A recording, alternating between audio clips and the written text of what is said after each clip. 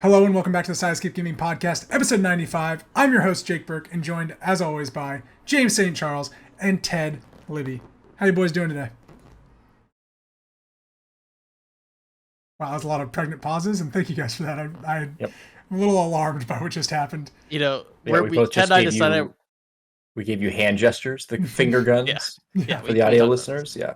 Hey, this is random, but finger guns made me think of this. Tales from the Borderlands has the best gun scene in a game ever.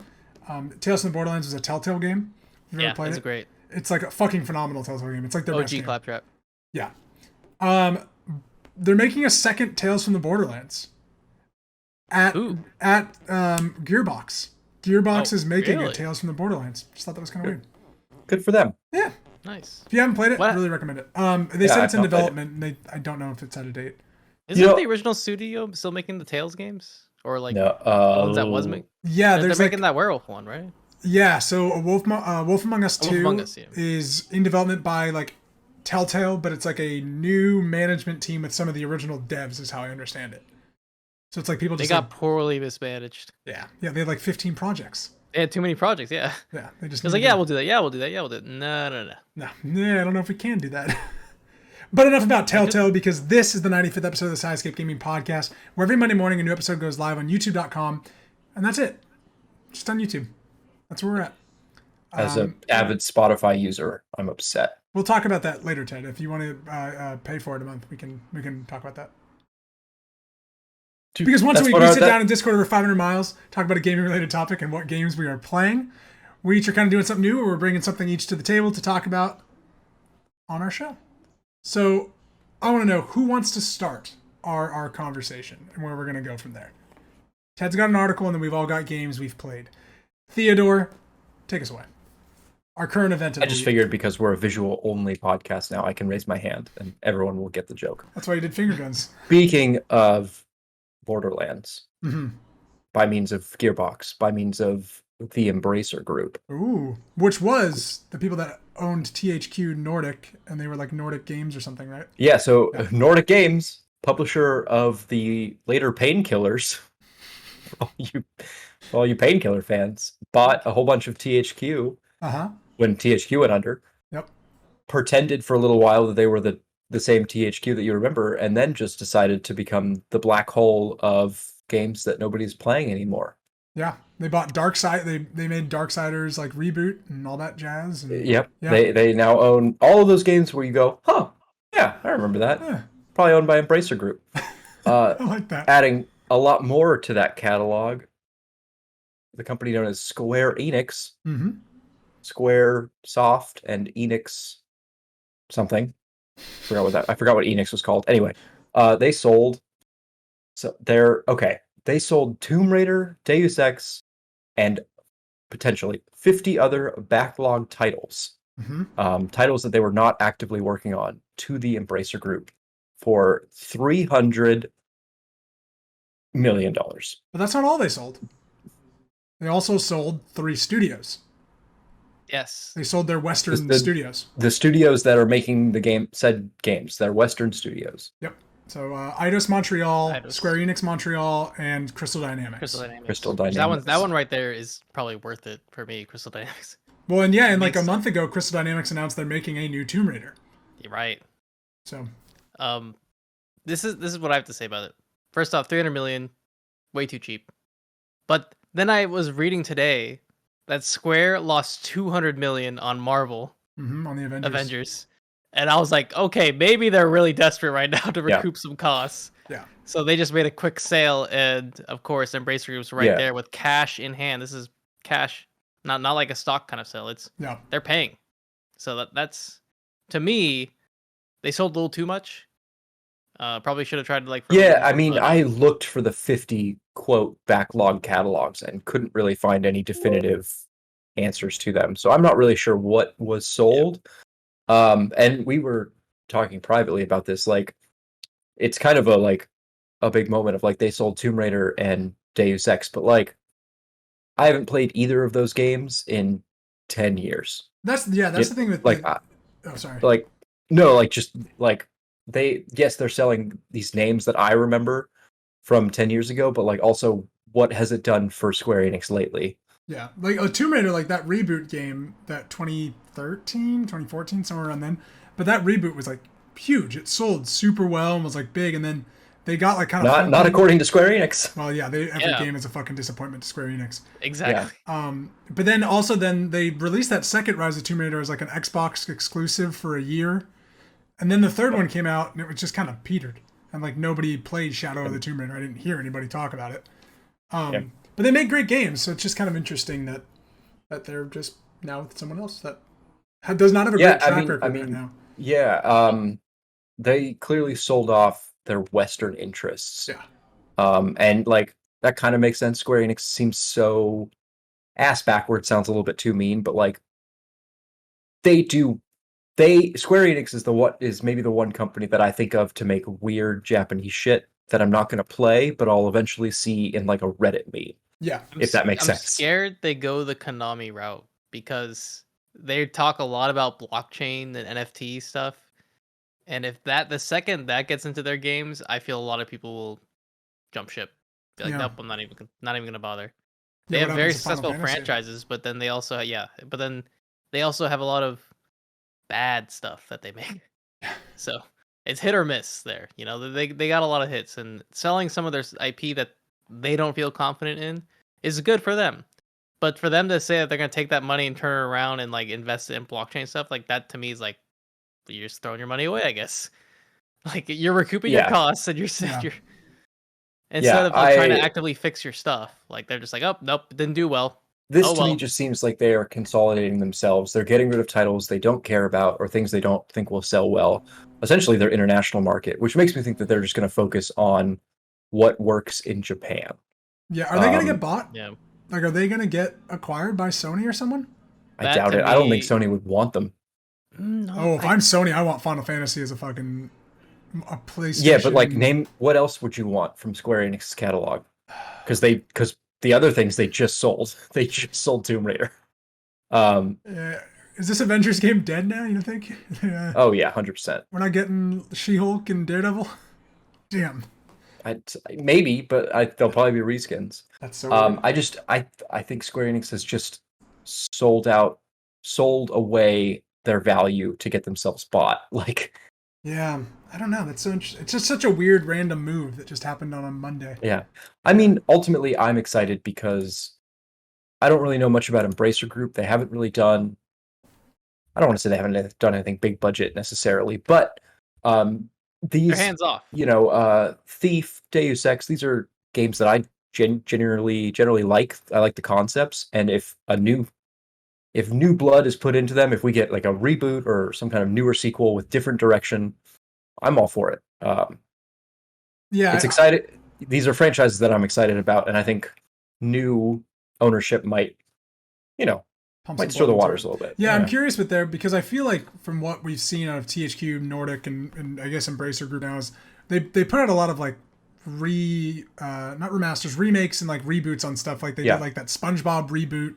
Or a remake, and like they do like kind of Darksiders remastered or whatever. Yeah, they seem to be filling in that gap that video games lacked for so long, where first parties didn't want to deal with their back catalogs and wouldn't let anybody touch them. I mean, Nintendo still does this. Yeah. And Embracer Group seems to be that kind of like entity, company, corporation that is buying out these old games that nobody cares about and just keeping them on the market on places like GOG and Steam, which ultimately I think is a good thing. I think preservation-wise, it's really good that somebody at least knows enough about these franchises to care about them.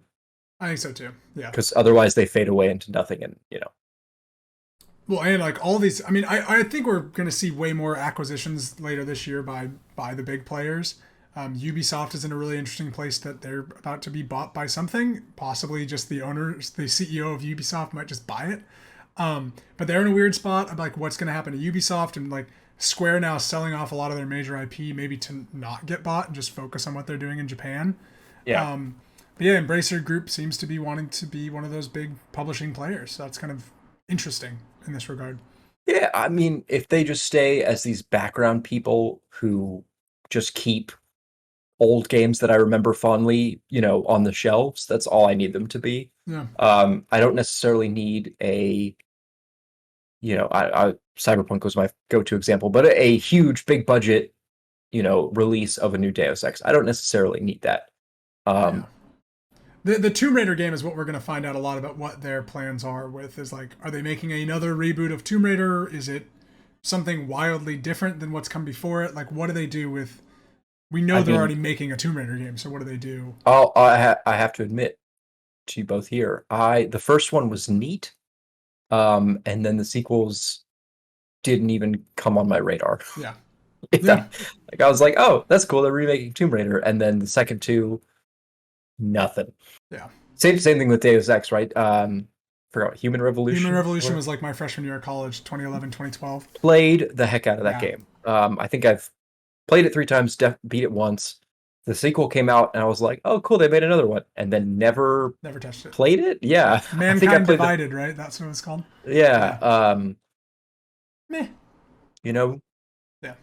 Thief is cool, but nobody plays Thief. They remade Thief when PlayStation 4 launched. They remade Thief for it. And exactly. It. Yeah, and I think I played the first 3 hours of it. I was like, "Cool," and then didn't touch it. So, I'm curious what else is in this back catalog. It's just got to be whatever IP was developed by these 3 studios, right? Probably, yeah. That's what I'm thinking. All right, any final thoughts on this? Because I want to hear about something from James. I want to jump to that. James, you've played Overwatch 2. Yes. Too bad. I have the beta. Wow. What do you think? Yes. So, it definitely, when I first started playing it, it felt the same. Okay. But then as I started playing a bit more, it felt better. Like, it's definitely improved. The lighting, the graphics, it's definitely got a whole UI overhaul. Oh, cool. And the main thing I like about it is that everything kind of does damage. Whereas before, you were always hitting into tanks or shields or heals or stuff like that. Everything is a lot squishier. So it's 5v5 now, and they kept... So they showed off new maps. And by new maps, they have 2 different modes, which are you push this giant robot from one side to the other. Whoever pushed it farther wins. Doesn't matter if at the end it's at like your doorstep, as long as you pushed it to their doorstep first and it's farther, you win. Okay. So that's kind of a different mode. It's unique. It's kind of like the cart, but just goes both ways instead of one team. Okay, so it's not attack and defense. It's like both teams at the same time pushing. Both teams attack. Okay, yeah, cool. It's both teams attack. So I like that, and it's different. And they're on different maps made for it. Oh, cool. But then they have the exact same maps for Overwatch 1, but instead of like, let's say they were daytime maps, they're nighttime maps. That's so funny. They just changed the lighting, and then some of the daytime maps they made it like sundown, change the lighting so subtly, like it's not like bright as hell. So that's unique. Yeah. There's a new hero, Sojourn. That's basically Soldier 76, but you can jump all over the place, and you have a railgun. Okay. And you have this really overpowered ability that you basically just shoot this like little like ball, and it'll go like a big distance, and anyone who's in it will take damage over time. So it clears out an area. Like you just shoot it in a hallway, and then everyone's gonna like run away from it. And if you're in the ball, it heals you. So you can just drop it in a team fight, and it's gonna heal you, and then damage them. Else. Yeah. It's a little too overpowered, I feel. So they'll tweak that, yeah. Okay. Yeah, but this character is pretty mobile. Entice people to buy the game. Yeah. My favorite change though is Bastion. Bastion is super playable now. So what do they do to Bastion? Yeah, because I've heard about this. They made it so you can move around while you're in the tank mode, which is great. Like in the turret? Yeah, in the turret mode. Yeah. They got rid of your heal. Your ult no longer is that mega tank that would jump around and shoot things. Instead, you get an airstrike. Like you just hit it, and it's like it's like the Call of Duty 4 drone strikes where you're like trying to like put the missiles, and you get 3 of them. So you just like, I could launch it from spawn and then put it. You get like a time limit, and then you just put it where they are, and it'll like deal like a drone strike, which is great. Yeah. But his main gun, like just like non-turret form, does a lot of damage now. So you can just like be pew pew pew, no recoil, and it just like bang on, just like can kill people. It's really fun. Is he too overpowered? Because Bastion, when Overwatch first came out, Bastion was like ridiculous. I don't think he's too overpowered because he's equally as squishy as he no longer has like the heal component, and he's not too tanky. So he's a big target. Like he's a big target, so it's really easy to like shut him down. But if you're in a good position with a good team and get in the right area, you can knock some people out. That's very cool. Do you kill characters faster? Like that was a big thing we were talking about last time. Everyone's like time to kill is a lot faster because they got rid of the ability before in Overwatch 1 you could like give armor to other people or people had like more armor. They got rid of all that. They kind of like nerfed all the armor and instead you have some have like regen, like higher regen or damage mitigation. Because they made Doomfist a tank. Yep. And his shield is not really a shield. It's just it reduces damage by 90%. So if you just keep attacking him, you'll eventually kill him. But I like that.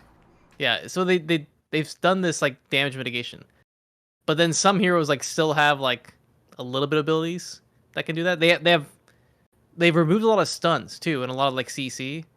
So only like tanks really have CC. What is CC? Everything else has crowd control. It's like stuns, stuns or stuff like that. Stuff that like disrupts. But like Brigitte like used to stun with her shield bash, but now she just knocks back. Oh, okay. So that's what they've done away with a lot of the annoying stuff like that. You would McCree, Cassidy. Excuse me. Yep, can't call him McCree anymore. Cassidy no longer has a stun. It's like some grenade, and it's awful. But the stun was actually a good part of Cassidy. So yeah, McCassidy. McCassidy.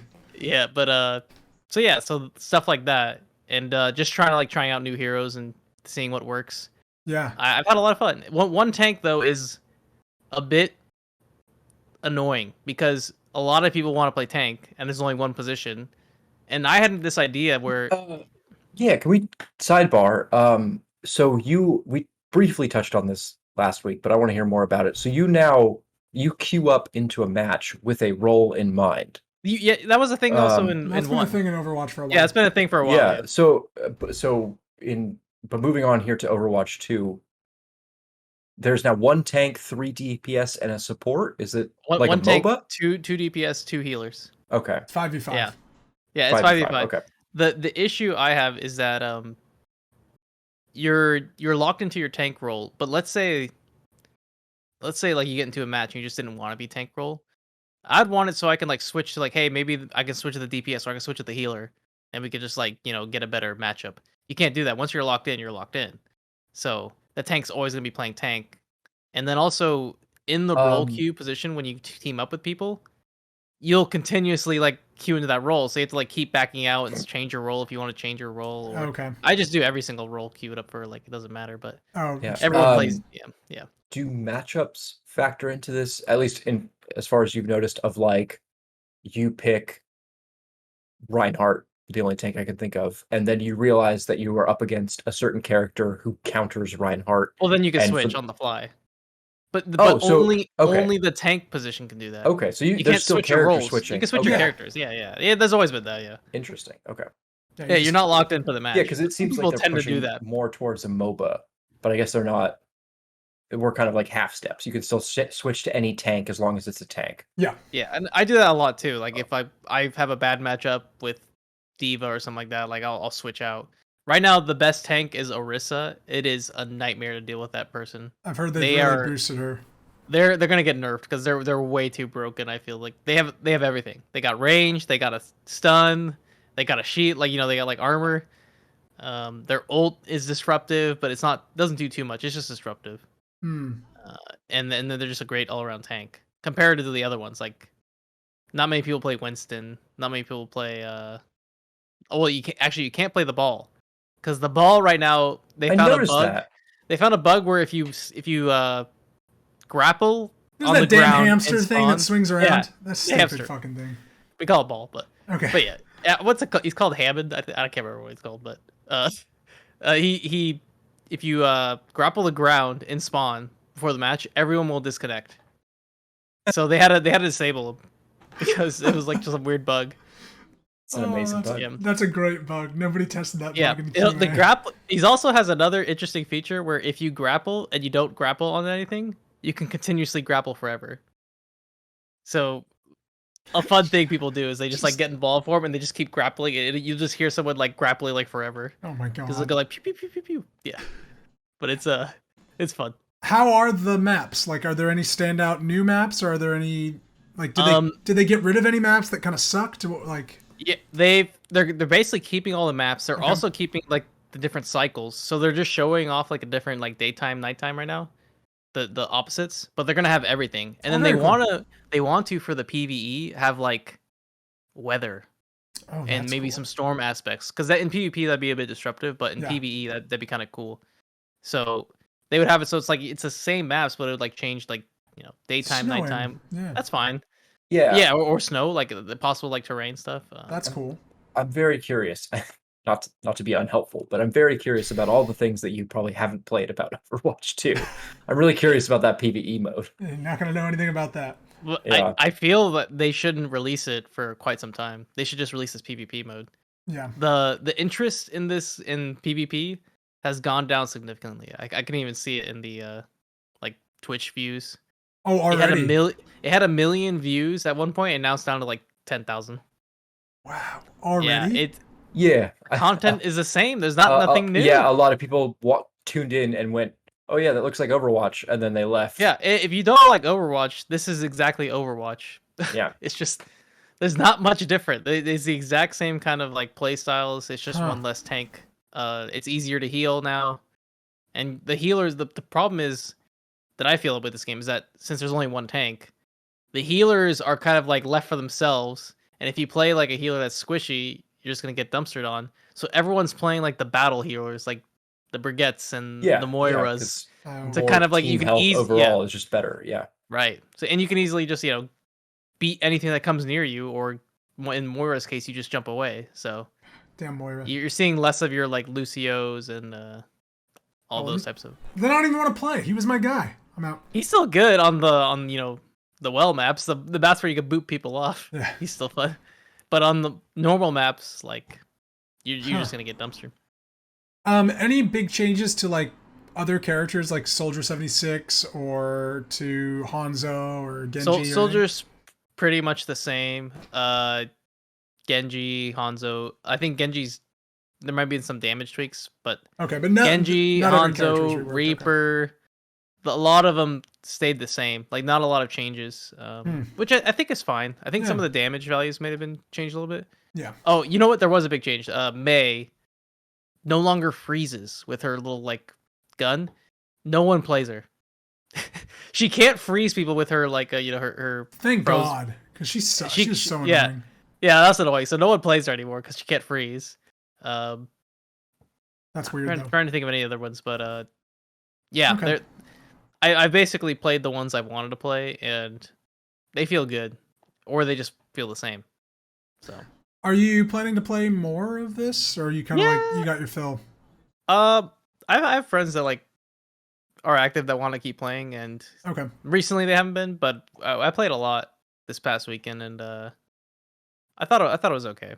Like, it wasn't like. I feel like I was more rage induced with Overwatch 1 and Overwatch 2. It was like, oh man, that guy really got me. And I was like, oh yeah, I guess I was out of position.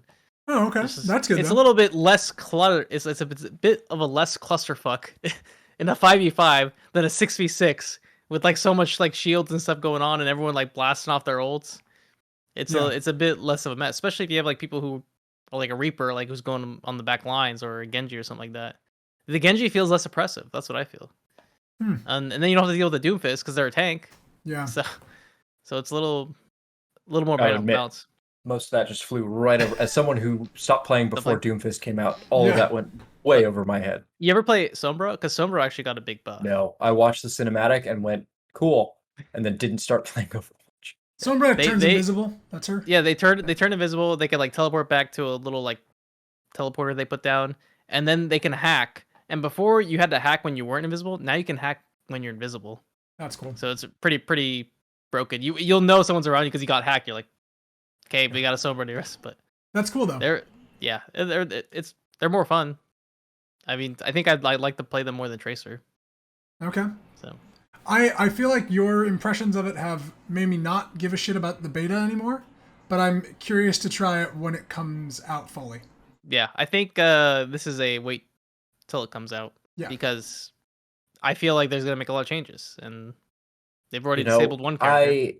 I have this hunch that, and Blizzard's in such a weird spot right now with being bought and everything. What's going on with Blizzard? I feel like not having employees manning the desks, but like I have this hunch that like Overwatch 2 is going to come out to some sort of failure. Maybe not a critical failure, but like in terms of numbers playing the game, like people just aren't interested in playing Overwatch. Adding a 2 to basically the same game doesn't fix that. And then they're going to like come out with this whole thing that so many companies do of like, well, you guys just weren't interested, so we're going to we're downsizing our Overwatch team. They're gonna blame the lack of players when this comes out. This campaign better have full cinematics, an extensive PvE with story inline. I want to see Bastion cry. I want to see it all. Like you're getting a horde mode, James. That's what you're getting. That's what I'm. If they give me exactly what they already have in Overwatch 1, it's like they failed. Like honestly, it dies. Do you remember the video game Brink? Yeah, I do remember Brink. Yeah, Brink, which was cutscenes in between multiplayer matches, kind of like Titanfall 1. But the story, if you clicked the single player button, it was just cutscene followed by bot match, multiplayer bot match, and then cutscene. Mm-hmm. That's what's gonna be. I kind of think that's what this is gonna be. I wouldn't be surprised. The single player campaign is just a single player multiplayer match with some cutscenes and some dialogues. Yeah. So we haven't seen anything from it. And nothing. It worries me that it's not even in like some sort of beta form at all. Like even just one map or one mode. Or just an announcement of what it is. But they're doing 3 betas, so maybe in a later beta it comes out. Yeah. This beta lasts for a while. This beta lasts for I think for 2 more weeks. So this game's not coming out this year. Probably not. Did they say it was? Yeah. No. I thought they did say it was coming out this year, didn't they? No. I don't think so. Okay, I mean, you can fit 2 more betas. You can fit 2 more betas before November. It's realistic that it comes out this year, but maybe just the PvP. That I would. Okay, I could see that. It's like it's not fully out. Yeah. Yeah. I don't know. It's odd. Yeah. It's definitely losing its hype, and once it's gone, and maybe like how you regain the hype is you just close it down and then do another beta with, hey, we got this other new character. Yeah, but we touched on this last week. It feels like they are slapping a number 2 to something that does not deserve a number 2 on it. I think that's just marketing, and they really should not have called this 2. It's just like, hey, it has 2 in it. Yeah. It's really just a huge Overwatch 1 update. Yeah. Overhaul. It's a new engine, new stuff, and all this stuff, but it just plays exactly the same. It's so weird. All my settings are the same, It's a foggy thing to do too, because it doesn't make sense what it really is as a consumer either. Yeah. I really need to go back and play 1 to like truly see the differences. Can you play? I guess you can still play 1 right now. Yeah. But when Overwatch 2 hypothetically releases, Overwatch 1 multiplayer is no more, right? Yeah. Overwatch 1 basically dies. Okay. Yeah. Well, it updates into Overwatch 2. Right. Yeah. You're forced updated. Huh. Any final things in Overwatch 2? I have a question for you guys after this. No. Okay. What do you think of this new Warcraft mobile game? Oh, it's awful. I haven't really done much digging into it. Did you see the trailer? Is this the Ted, you haven't seen the trailer? No, this is okay. Maybe we'll talk about this next week. Let's watch it after this. Yeah. We'll talk about it next week. This isn't the Pokemon Go competitor? No, it's like Clash of Clans. Yeah, it's like an offensive tower defense game is what they called it. Yeah. Tower offensive game. Yeah. All right, we'll talk about that next week. I don't even know what it's called. Next Warcraft. week, yeah. Battle. The Blizzard consultant himself didn't know about this. I know, yeah. You gotta hop on that. Seriously. All right. I want to talk about Halo 2 or Halo Season 2. Halo 2. Halo 2 though, great game. Better than Overwatch 2. Oh, absolutely. Love Halo 2. Wow. Halo 2 may be the best multiplayer game of all time. Get me on Zanzibar. Let's go. So I've been playing Halo Infinite Season 2 Lone Wolves is what they're calling it, the multiplayer thing. And it has 2 new maps and a few new modes, and then their big thing, which is Last Spartan Standing. Ted, Libby.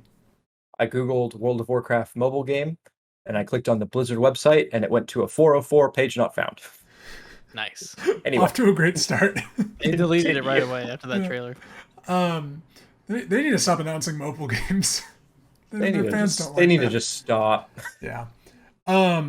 Yeah, so Halo Infinite has a essentially battle royale mode called Last Spartan Standing, on a new map called Breaker, which is a big old map, and it's 15 players get dropped into a zone. No, you spawn in, and you spawn with the same loadout as everybody else. You have like the zappy gun, which I don't know what it's called, the disruptor I think it's called, and then you have a pistol.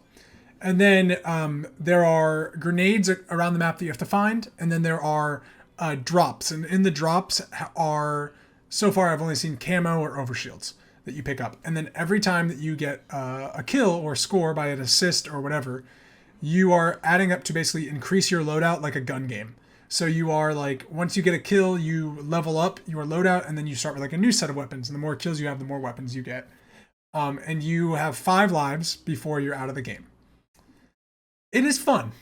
That sounds much more like a gun game than a battle royale. Yeah. Yeah, and it is. Which I don't think is a bad thing. No, it's an elimination gun game, and it's fun. There's good tension to it. Yeah, gun game is an incredibly fun mode. And what's cool is so like you have this like experience points that get you to level up your loadout.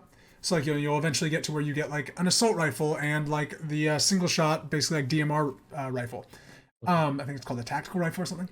But what is interesting about it is when you eliminate a player and like they're out of the game, they drop like bonus experience. So like basically, they're dog tags that you can go collect, and you get like more level to like, it's like half the game at the end, like kind of the end game of it when you're on like your last 2 lives. Like once you start knocking out people, it's like safely trying to pick up bonus XP.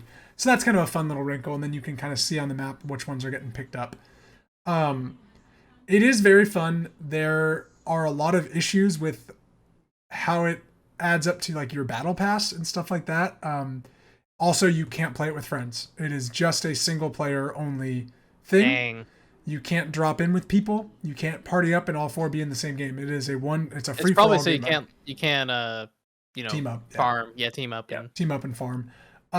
So what's interesting is that when you get eliminated, Halo gives you the thing of like, hey, you can leave this game and not be penalized.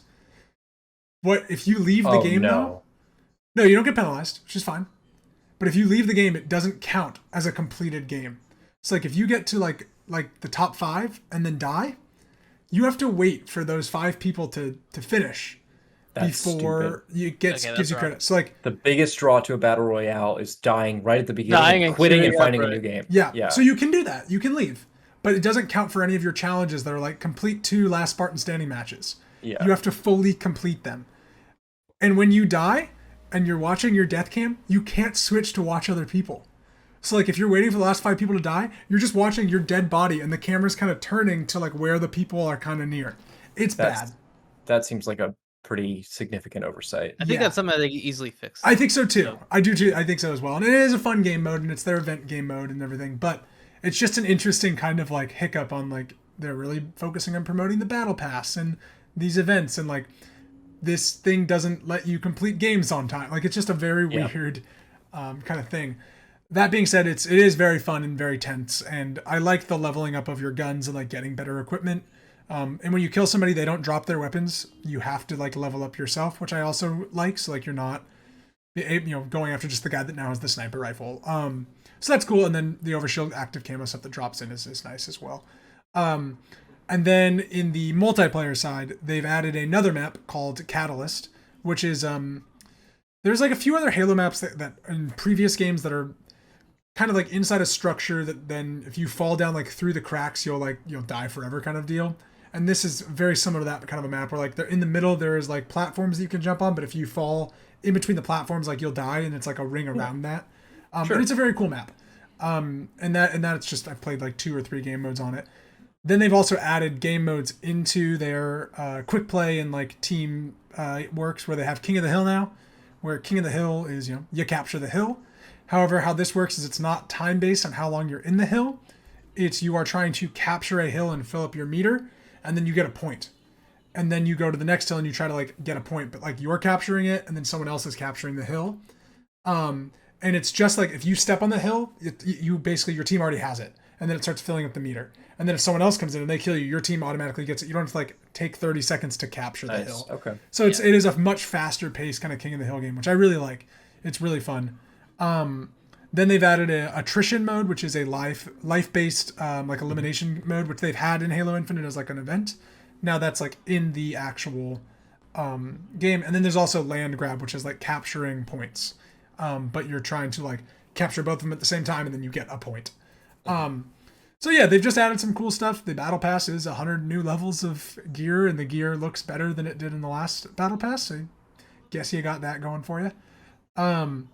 That's pretty much it, because this season lasts till November. And at some point, the beta for Forge mode will be in, and the co-op campaign might come in this season. So Halo Infinite's in a very weird spot. The gameplay is still great, and the guns are fun and everything to use, but it is very content light in certain respects. You know, I again kind of mentioned it last week. I appreciate that I have all the way until November to check this out before any changes show up. That's kind of, as a almost a middle-aged man, like I'm kind of in for it. Yeah, I think the speed at which some of these season passes hit you are just insane. And to hear that there's one that's doing just a solid, what is that, 9 months? No, sorry, 6 months. Yeah. 6 months. Yeah. I would agree with you, but I kind of disagree, because what they should be trying to do is not cater to your audience. They should be catering to the people that are going to play their game every day. Yeah. And they're not. Right. They're catering to the people that, like you, are like, I got 6 months to kind of jump in and get this battle pass done. But and with Halo Infinite, their big thing was, hey, your battle passes never expire. So like, don't worry about like trying to get it all done within the season, because like you can just activate that battle pass. Well, shit, you only given me 2 battle passes in a year. So plenty of time. That was an issue with Master Duel. Yeah. That's the issue with Master Duel is you would level up and then there's nothing else. And what I felt that they should do is they should either have like you can get a victory lap, or have some sort of prestige. Yeah. It's just something. It's a bit more work, but yeah, some incentive to like complete your pass, but also, hey, you complete your pass, here's some extra stuff. Yeah. I wonder 2 things. I wonder if they are, how do I put this? If they are trying with these battle passes, they're trying to avoid that issue that so many games run into, at least with me personally, and I know people around me kind of speak the same thing, of like after that initial hype, the barrier to entry starts to grow as seasons come out, as people get better, as new people fall off, and eventually there comes a point where new players are just actively not touching the game. Siege does this. Fortnite is starting to run into this problem of like new people are like, I don't want to deal with it. There's too much to do. There's too much already in the game. I'd rather play something new than try and get in on this train that has left the station. So I wonder if they're trying to manage that. And that's a very good point. But I think what's weird with Halo is that Halo is such a game that is competitive and casual at like the same time. Yeah. Where like they have that kind of weird thing where like you can be very casual and just hop into a quick play game of Halo, or you can go like be in competitive mode with your friends and like really try to get the win. And I feel like they should be catering to that of like, we do have people that are pretty serious about playing Halo. Like I stopped playing the game because I beat the battle pass and I was in ranked and we got ranked and we're good. And it was like, okay, that's it. Yeah. You have nothing else for me. I don't want to play the same 4 maps. Yeah. So the other thing I wonder is much darker, of like the issue of with Battle Pass. And I know this is a free to play game, but like with Battle Pass and with Microsoft, like they have the subscriptions. And so I'm wondering if there isn't that drive to get people in because they have your subscription already. Like, you know what I mean? Like, is it an issue of like where 343 just isn't being motivated to produce new content because they don't have to? They're getting paid because 15 million people are paying Microsoft monthly. Yeah. And like, this is the future of Game Pass's multiplayer games, of kind of this lazy, like, you're paying us. It's not a big deal. We'll just do what we want to do when we do it. Yeah, I don't know. Who knows? Yeah. 343 is just in a weird spot in general. Yeah. I think the game was in a weird spot. It released at a great time, but this is a different arena than it used to be, where you have stuff like Fortnite releasing content like monthly because people get bored right away. So they're not at that level, and they were prepared for that level. So they had like these modes and these maps that were the same thing and the same rotations. I think it just got boring right away. Yeah. Right. A lot of this comes down to what audience is Halo trying to go after. Yeah. And I would guess it is people my age, of like people who grew up with Halo, who barely have time to play video games anymore, but still pay for Game Pass. See, I would say that that's not their target audience. That's probably like Master Chief Collection's audience, is people who grew up with Halo and you play Master Chief Collection. Halo Infinite is targeting like the hardcore Halo gamers, but also like maybe someone who's new to Halo. Because I feel like if you're someone who's old and grew up with Halo and you're going to this, you probably don't have a lot of time to finish up the Battle Pass. And if you did, like, okay, well, now you're done and there's nothing else to do. Maybe you want to go play some of the old maps or the old modes. You go to Master Chief Collection. That has way more stuff. We shouldn't here on this podcast discount playing a video game because it's fun. Just because you finish the Battle Pass shouldn't be a reason to stop playing. No. But if you enjoy playing the game, play the game. But when it's content, but it's the same content over and over. Just eventually get burned out. I mean, I think, to be honest, out of the three of us here, I am the biggest Halo fan, especially multiplayer wise. Like, I fucking love it, and I'm gonna play some tonight after this podcast. But yet they couldn't hold me for the 6 months of their first season, which is sad. They can't do that. Yeah. I played Blood Gulch. I played the same map on repeat, and I was entertained. Damn it! We also had a lot. You were a kid. Yeah. Yeah. Anyway, you were entertained with a stick. Yeah, remember when you used to play your stick, Ted? Come on. Yeah. Yeah. But anyways, that was just my thoughts on Halo 2 Season 2. I'm gonna keep playing Halo 2 Season. God damn it! Halo Overwatch Infinite 2, Season 2. Lone Wolves. Sojourn. Co-op still delayed till fall? Yep. Apparently August, but we'll see. Okay. We'll see. And Forge is going to come out with like a beta. I think one day Halo Infinite is going to be a game I'm really excited to play. And James, say what you were going to say, because I think we're thinking the same thing. Forge is going to be the game changer here. I think so. I think when Forge is implemented and they at 343 can just make maps with Forge, like Bungie started to do with like Reach and stuff. They don't even have to. They get the community maps. Yeah, I mean, you put it in the cycle. It's like, hey, we're showcasing this guy's map. Yeah, let's have fun. Boom. I mean, Forge is what I live for at Halo 3. I loved like just maps. The idea of like custom games and custom maps. Yeah, just in a place where, let's say a group can just find them and play them. Whether they be obstacle courses or mongoose races or any kinds of weird shit. Like that stuff, I mean, that's how Dota was born. Yeah. Have you watched any of the competitive of Halo Infinite? Because it is really good. Like it is actually has a healthy scene in terms of like the competitive players and the strategy. It's been some exciting stuff. I'll have to watch that. That'll be down. I'm hoping that like it expands, but still MLG. It gets some good viewers. It gets like 30 to 50K on Twitch, and it's MLG. Yeah, it's still like MLG, kind of like. That's so funny. Yeah, but is it actually MLG? It's not actually MLG, but the same person who created MLG runs it, kind of that league. It's like Halo something league. Huh. That's cool. Halo Premier League, I think. But it some good name teams, and the players, like, when you see them pop off, it's great. And it brings back the old, like, watching the old pros play. Yeah, the old pros play. I love that. That's so fun. It's good though. That was my little thing on Halo. I want to talk about some sports, but Ted, do you have one other thing you want to talk about or no? No. Let's talk about Wii Sports. Wii Sports 2 on the Switch. Not Real Sports. Sorry, no. We can talk about the NFL draft later. Okay, James? Oh, boy. I know. Yeah. Can you believe AJ Brown's an Eagle? Nope. Weird. Nope. That's a different podcast. It is, yeah. The Side Escape Fantasy Podcast. Yeah. So we all played some Switch sports. Yes. I want to go around really quick and just say your overall thoughts on and what sports you played, and then we can get into the nitty-gritty. Ted. I played bowling, I played volleyball, and I played a little bit of tennis. Okay. Bowling as well. My thoughts, I think this will one day be a game that I'm really excited to play, much like Halo Infinite. One day. We'll talk about it more in a sec. Light? Yeah. I think it's incredibly content light, but we'll talk about it in a sec. James, go ahead. James, what are your overall thoughts, and what sports did you play? Yeah, so I played volleyball. I played the badminton, tennis, and I played one game of soccer. Immediately left because the team was just not doing anything. Okay. Don't know what happened. I don't know if it was like a bad lobby. But yeah, I didn't try out the swords. I saw gameplay of it, and it was just not my cup of tea. Yeah, so the amount of controllers you need, each half of the Switch shows up. Bowling needs one. Yeah. volleyball I think needs 1, soccer. I also need to get my strap. Like I never have my straps. So like where's my strap? Fencing needs 3. Can someone explain? No, it doesn't. No.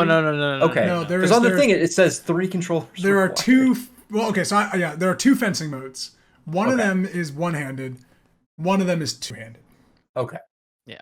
Okay, so that was a 1 and a 2, not a 3. Yeah, it's like a 1/2. Yeah. That threw us. You have to put one in your mouth. Yeah. Well, I was like, maybe your leg, like your front leg for stance, but okay. Anyway. Jake, what games have you played? Yeah, I've played tennis, badminton, bowling, volleyball, and the other one, the sword one, the fencing sword one that we just talked about. What's it called? Fencing. It's called like Yeah, it's a word I never even heard of. It's like it's not. I don't think it's a real thing. It's worth saying that this is Switch Sports, which just came out on the Nintendo Switch. It is a successor to Wii Sports. Is it though? Well, okay, so we're here to answer that. This is the show. My issue is that the game is primarily online only. Like how you unlock stuff, which is whatever that you can unlock stuff. The fact that there's like 4 hairstyles that you can start with. Chambara, okay. Whatever that is, yeah. But Nintendo is the worst online ever. So I played my first 4 games, which were 4 different sports. I only did not disconnect once in the middle of a game. And I was like, this sucks. Like I played an entire bowling game to the last frame and I was kicking ass and it disconnected. So then I don't get any of that, like the experience points or whatever. And I'm like, the online is awful. And when I think back to like original Wii Sports, you weren't online. Like you were just kind of like going against bots. You're in your room playing with yourself, playing with your family. Yep. So maybe that's where it shines, but the online is so awful. Soccer was unplayable for me. That's funny you mentioned that. I played this solely split screen with the boys. And it was good. And it's funny because I guess one of them played online, but he doesn't have Nintendo Online. So it said you can play online, but it's going to be against bots, and you are limited to 2 item unlocks per week. Wow. And then it gives you a link to buy Nintendo Online. And so he was like, I guess this is an online game. Anyway. That's horribly convoluted. Yeah. Anyway, we played split screen. Didn't have any disconnect issues. No, split screen was great. I played with Matt in a few games. Yeah. But it absolutely falls into this issue of like you go to the first thing you do when you select your profile is like make a character. And I almost fell out of my couch laughing at how little options there were. There are 5 hairstyles. 5 hairstyles. 3 of them are lady hairstyles. They're kind of longer, done up in a bear. Both male hairstyles are like the undercut, like man bun, like where the top is long but the sides are shaved. They're both like that, and there's nothing else. And I was laughing so hard. And if you look in the battle pass, whatever the unlock things now, there are no other real good hairstyles. Yeah, I know it's so minor, but it's like, come on, dude. Well, and we'll get into it. It's like that's the only thing they can make their live game or whatever be, because the sports are the same and the sports are fine. We'll get into that a little bit. But yeah, their unlock tree or chain or pass, whatever, is just out of the gate abysmal. For the record, I chose to instead play as my Mii. I don't know if any of you guys did that. Oh, I didn't realize you can. Yeah, you can select the Mii that you made using the classic Mii Maker, which takes the normal body from Switch Sports and sticks your Mii head, which is incredibly oversized, on top. It is hilarious. Oh, I gotta do that now. It's so funny, and it's even stupider because the Miis from the Wii emote, like there's different faces. Their eyebrows go in and up, and the regular characters don't. So the regular characters just stand there just like clapping at the end of the match, and then the Miis are like more expressive. It seems so ass backwards. It's so weird. Yeah. Yeah. And the reason that I'm complaining about the character creator stuff is because with Wii Sports, they had the best character creator ever. I mean, the Mii Maker. The Mii Maker. You can make yourself as a Mii easily, and it looks like you. And then they give you 6. And it's goofy and silly, and this very much feels like somebody else told them they need to have like a gated character creator. But it doesn't even have as much yet. No. as Wii Sports. No, like, it's it's very light on what is there. And also, so I have one thing to say. For the modes you're playing, it's basically on rails. You are playing like volleyball. It's on rails. Well, yeah, we should definitely talk about the game. The gameplay of it. Yeah. So I just want to. I'll go first. Bowling is the same, and bowling is great. Yeah. The one thing I will say about bowling that has changed, which I think is, once again, laugh out loud funny. When you bowl in Wii Sports or in Switch Sports, you hold your bowling ball up, you press down on that trigger, you swing it back, and drop and then you throw it forward. Except in Wii Sports, you let go of that trigger at the very end, and in Switch Sports, you do not. Yeah. Which is so funny because I think I can't count the amount of TVs that have been broken by people letting go of their Wiimote and it flying forward into the TV. So we were struggling to remember to keep holding on. Wear your straps, people. Wear your straps. Strap up. Bowling is basically the same, and I think bowling will always be fun. Bowling video games are always fun. Tennis is very fun. I had a blast playing tennis. Tennis is the same. It's you hit one way, you hit the other way. Yeah, but so now with Wii Sports, it was just the flick. Yep. This is like there's a lot more little angles to it and spiking down stuff, and I appreciate they did some fun changes with the Wii motion. But that wasn't a thing in volleyball, which is sad. I really liked volleyball. Volleyball, but it's just this. Yeah. That's it. Yeah, volleyball is all about timings and then knowing what to do in specific situations. It's not positioning though. It's like no, it is all. Sure, it you is can all mess timings. with the timings. It's all timings, but it's just It's all timings, but it's also knowing because the way to win the volleyball is to have that whole I forgot what it's bump, set, and spike. Spike, yeah. So working with your teammate to like, okay, I'm gonna bump. Now we're gonna set, but it automatically puts you in those positions. It's not like you're actively thinking that, so it automatically puts you in the positions. And then it's on you to either like timing. To either time it or not time it. You can like delay it, or even if you were like tricky with it, you can like they won't be able to block. So there's like there's so much little strat there, but in terms of the actual gameplay, it's just like I really enjoyed volleyball. It definitely feels gimmicky. That's it. It feels gimmicky, but I liked it a lot, and we were just playing against bots kind of offline, but I was still mind gaming of like I'm going to jump up for my spike way late so that they overshoot their block. I was having a great time with it. I want to jump up. I've heard that badminton is much more. Badminton is fucking fun. Oh really? Okay, I've heard it was much more of like you don't really do anything. No, badminton is no more. No. It's like tennis. It's like tennis, but it's just like really fast. Yeah, it's faster. Yeah. Yeah, Maddie was kicking my ass in Switch Sports this weekend. Yeah. Murdered me in badminton. Were you wearing your tennis. strap? Oh yeah, we both were. I made sure she's strapped. Yeah. Did you play any soccer? Any of you guys? No, I have not played any soccer. Oh, it is like dumbed down Rocket League. So I've heard that soccer, as well as some other games in the future, because they will be releasing DLC, soccer will be getting an update for the leg strap. So soccer is not necessarily completed yet. Yeah, it is just weird. Like the way it functions and the way you hit, and like you spend most of your time just running around, which okay, that's like soccer. Yeah. But you have to build up your stamina, and then you have to like get these like charge kicks, which are like similar to Rocket League, where you're building up your like jet boost to like. Are you moving your character in soccer? Yeah, like, you are. Like with the you're running around. Yeah, and then you lose stamina, so you gotta like walk around to rebuild your stamina. It takes a while. And if your team, you don't have a coordinated team, they're just all doing their own thing, and you're just like, okay, I'm gonna sit back by the goal, I guess, and protect us so we don't lose, and then it goes to sudden death, if you didn't know one scores, and it's okay. Yeah, I haven't tried that. Nothing too special. None of us tried fencing. Well, so I played the fencing with one hand. Okay. And it is. How's that?